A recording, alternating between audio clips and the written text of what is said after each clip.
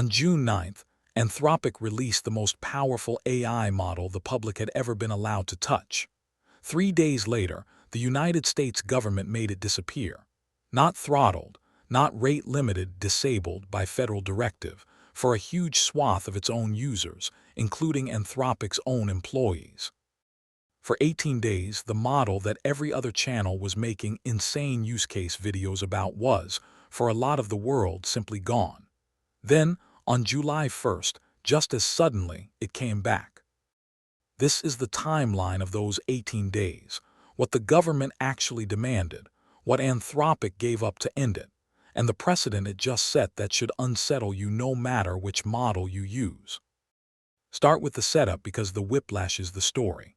June 9th, Fable 5 launches, the first Mythos-class model released to the general public, the one Anthropic had been keeping behind a wall because it was considered too capable to hand out.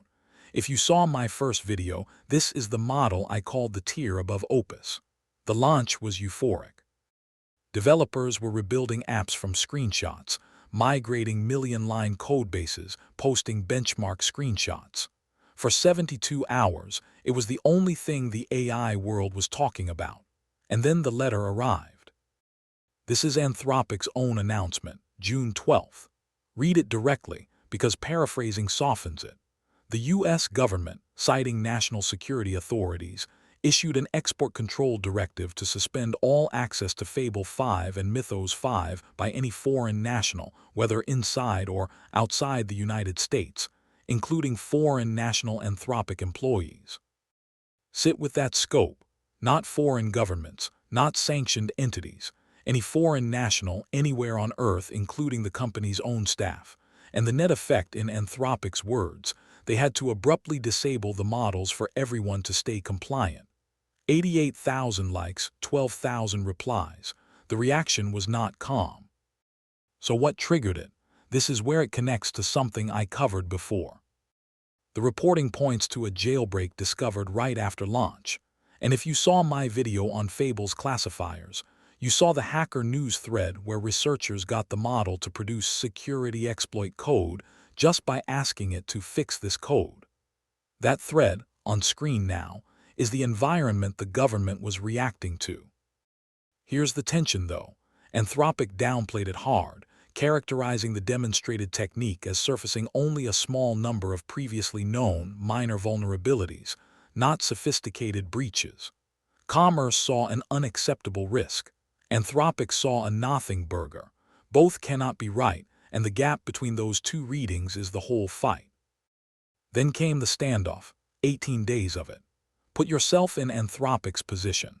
Your flagship product, the one you just told the world was a generational leap, is dark for a big fraction of your users, and the directive letter, by multiple reporters' accounts, provided no specific national security details to argue against. You can't fix a problem you haven't been shown. So Anthropic did the only thing available. It worked the process quietly, negotiated and, as Fortune framed it here, headed toward what looked less like a victory and more like a necessary truce. That word truce is doing a lot of work, and we'll come back to it. On July 1st, it ended, and the terms are the most important part of this whole story. This is Anthropic's statement. Commerce Secretary Lutnick said Anthropic no longer needed an export license after agreeing to 3 things. Proactively detect and address security risks in the models, work with the government on protocols for future model releases, and report any malicious activity it finds among its own models. Read that middle one again, protocols for future releases. This wasn't just unbanning one model. It was Anthropic accepting government involvement in how it ships the next ones. That's not a truce about Fable 5. That's a new standing relationship. And the leash didn't come off, it got longer. The same letter that lifted the controls reserves the right to reimpose them if, quote, circumstances change or should Anthropic fail to adhere to its commitments. So the model is back, but on conditional release. The government has demonstrated on the record that it can switch off a frontier AI model with a letter and no public evidence, and then hand it back with strings. Whatever you think about whether Fable specifically was dangerous, That capability now exists as precedent, and it applies to every lab watching how this played out. Listen to how the two sides narrated the ending, because the framing is a tell. Lutnick said his office worked closely with Anthropic to analyze and approve Fable 5 and strengthen America's leadership in AI. The White House Chief of Staff framed it as getting the best tech deployed as quickly and safely as possible. Notice what that language does. A ban that Anthropic described as forcing it to abruptly disable its own product gets recast, on resolution, as a partnership that was strengthening American AI all along. Nobody in an official capacity used the word ban. The government doesn't lose standoffs in the retelling, it approves things. There's a practical wrinkle that reveals how scrambled the rollout was. When access came back, Anthropic didn't just flip it on cleanly. For certain plans, Fable 5 was folded back in for up to 50% of weekly usage limits, and only through July 7th. A grace window. If you've been wondering why the Use Fable before July 7th videos started appearing this week, that deadline is not marketing. It's the tail end of a reinstatement that's still stabilizing. If you're on one of those plans, that window is closing in days. Zoom out, because this is bigger than one company's bad 3 weeks. 3 things just became true on the record. 1. A frontier model's availability is now a policy variable. It can change with a letter, faster than any release cycle, and you may get no public reason. 2. The most capable models now ship under an implicit government approval layer, which means state-of-the-art and available to you are no longer the same question. And 3. If you build anything on a frontier model, you inherited a new dependency this month, not the lab's uptime, the government's posture.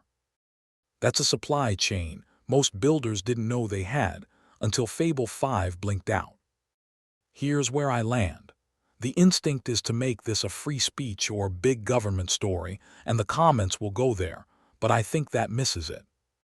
The real signal is that AI capability has crossed a line where governments now treat frontier models the way they treat weapons-adjacent technology: export controls, foreign national restrictions, licensing, approval for release.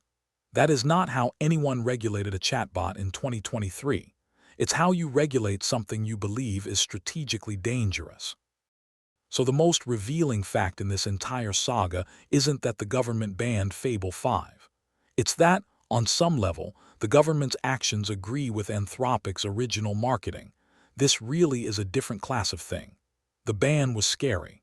What the ban implies about the capability is scarier.